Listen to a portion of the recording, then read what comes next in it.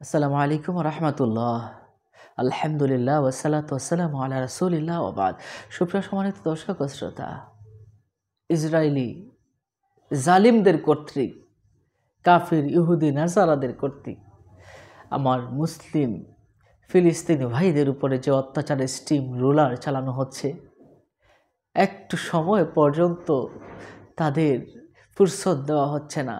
অকাতরে একটা কোলের শিশুকে, দুগ্ধপুষ্য শিশুকের উপরে হামলা চালাচ্ছে। তারা নারী, বৃদ্ধ, অসুস্থ মেডিকেলের উপরে তারা হামলা চালাচ্ছে। মানবতার দুশ্মন ওই ইসরায়েল, আল্লাহ পাক রব্বুল আলামিন তাদেরকে যেন ধ্বংস করে দেয়। আল্লাহ, আমরা তাদের জন্য কি দোয়া করতে পারি? ফিলিস্তিনবাসীদের জন্য কিভাবে দোয়া করব? আসুন আমরা এই বিষয়টা একটু জেনে নেই। ফিলিস্তিনি প্রত্যেকটা মুহূর্তই তারা কিছু যন্ত্রণার ভিতরে যাচ্ছে, আল্লাহু আকবার।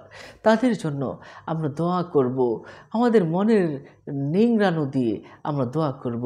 ইফতারের আগ মুহূর্তে আল্লাহ পাক দোয়া কবুল করেন, জুমার দিন আল্লাহ পাক দোয়া কবুল করেন, তাহাজ্জুদের সময় দোয়া কবুল করেন, ফরজ নামাজের পরে আল্লাহ পাক দোয়া কবুল করেন। আমরা ওই সময়গুলোতে তাদের জন্য দোয়া করব। কিভাবে দোয়া করব? যে হে আল্লাহ, আয় আল্লাহ, তুমি ফিলিস্তিনের জনগণকে সাহায্য করো।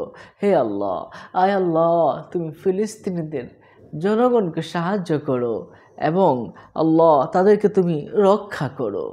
আপনি এভাবে দোয়া করতে পারেন। আয় আল্লাহ, তুমি ফিলিস্তিনের জনগণকে সাহায্য করো এবং তাদেরকে রক্ষা করো। আল্লাহু আকবার। এভাবে আপনি যারা আরবিতে পড়তে চান, আরবিতে এভাবে পড়বেন, আল্লাহুম্মা আনসুরহুম ফি ফিলিস্তিন, আল্লাহুম্মা আনসুরহুম ফি ফিলিস্তিন, আল্লাহুম্মা আনসুরহুম ফি ফিলিস্তিন। আয় আল্লাহ, তুমি ফিলিস্তিনবাসীদের উপরে সাহায্য করো। আয় আল্লাহ, তুমি ফিলিস্তিনবাসীদের উপরে সাহায্য করো। ওয়ামাজলুমুনা ফানসুরহুম, ওয়ামাজলুমুনা ফানসুরহুম, ওয়ামাজলুমুনা ফানসুরহুম। এখানে মুসলিমদের জন্য তুমি সাহায্যকারী হয়ে যাও। এভাবে আল্লাহর কাছে আপনি দোয়া করতে পারেন। হয়তো আল্লাহ পাক রব্বুল আলামিন আমাদের এই দোয়াটাই তো এখন তাদের জন্য হয়তো সম্বল হয়ে যেতে পারে। যেমনিভাবে রাসূল সাল্লাল্লাহু আলাইহি ওয়াসাল্লাম বদরের যুদ্ধের দিন তিনি দোয়া করেছিলেন, আর দোয়া ও মুখল ইবাদা, আর দোয়াটাই হচ্ছে মূল। তারা যদি তাদের কাছ থেকে হয়তো আমরা যুদ্ধ সামগ্রী নিয়ে যেতে পারবো না, নিজেরা হয়তো যেতে পারছি না, কিন্তু তাদের জন্য দোয়াটা তো করতে পারি। আরেকটা কাজ করতে পারি, আমরা ইসরায়েলি পণ্যগুলো বয়কট করে নিতে পারি।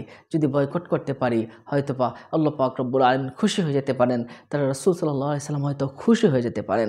সম্মানিত দর্শক শ্রোতা, এক মুসলমান আরেক মুসলমানের ভাই। রাসূলুল্লাহ সাল্লাল্লাহু আলাইহি ওয়াসাল্লাম বলেছেন, আল্লাহ সুবহানাহু ওয়া তাআলা পবিত্র কোরআনে বলেছেন, আর রাসূল সাল্লাল্লাহু আলাইহি ওয়াসাল্লাম বলেছেন, সমস্ত মুসলিম বিশ্ব হচ্ছে একটা শরীর দেহের মতো। এনিস্তাকা রাসুহু, যদি মাথা আঘাতপ্রাপ্ত হয়, এনিস্তাকা কুল্লুহু, সমস্ত শরীরটা যেন আঘাতপ্রাপ্ত হয়ে যায়। সুবহানাল্লাহ, সুবহানাল্লাহ। এভাবে আসুন আমরা ফিলিস্তিনের মুসলমানদের জন্য দোয়া করি, আমরা মায়ানমারের মুসলমানদের জন্য দোয়া করি, ইরাকের মুসলমানদের, সিরিয়ার মুসলমানদের জন্য এভাবে আমরা দোয়া করি। আমরা দোয়া হয়তোবা আল্লাহ পাক তাদেরকে ভালো রাখতে পারেন। আমরা ইসরায়েলি পণ্যগুলো আসুন বয়কট করি। হয়তো আমাদের ইমানের কিছুটা হলেও দায়িত্ব বোধ থেকে আমরা সান্ত্বনা পাবো। আল্লাহ পাক আমাদেরকে ওই মুজাহিদ হিসাবে কবুল আর মঞ্জুর করুন, আর ফিলিস্তিনবাসীকে আল্লাহ পাক মুক্ত করুন, আল আকসা মুসলমানদের অধীনে করে দিন। আমিন। আসসালামু আলাইকুম ওয়া রাহমাতুল্লাহি ওয়া বারাকাতুহু।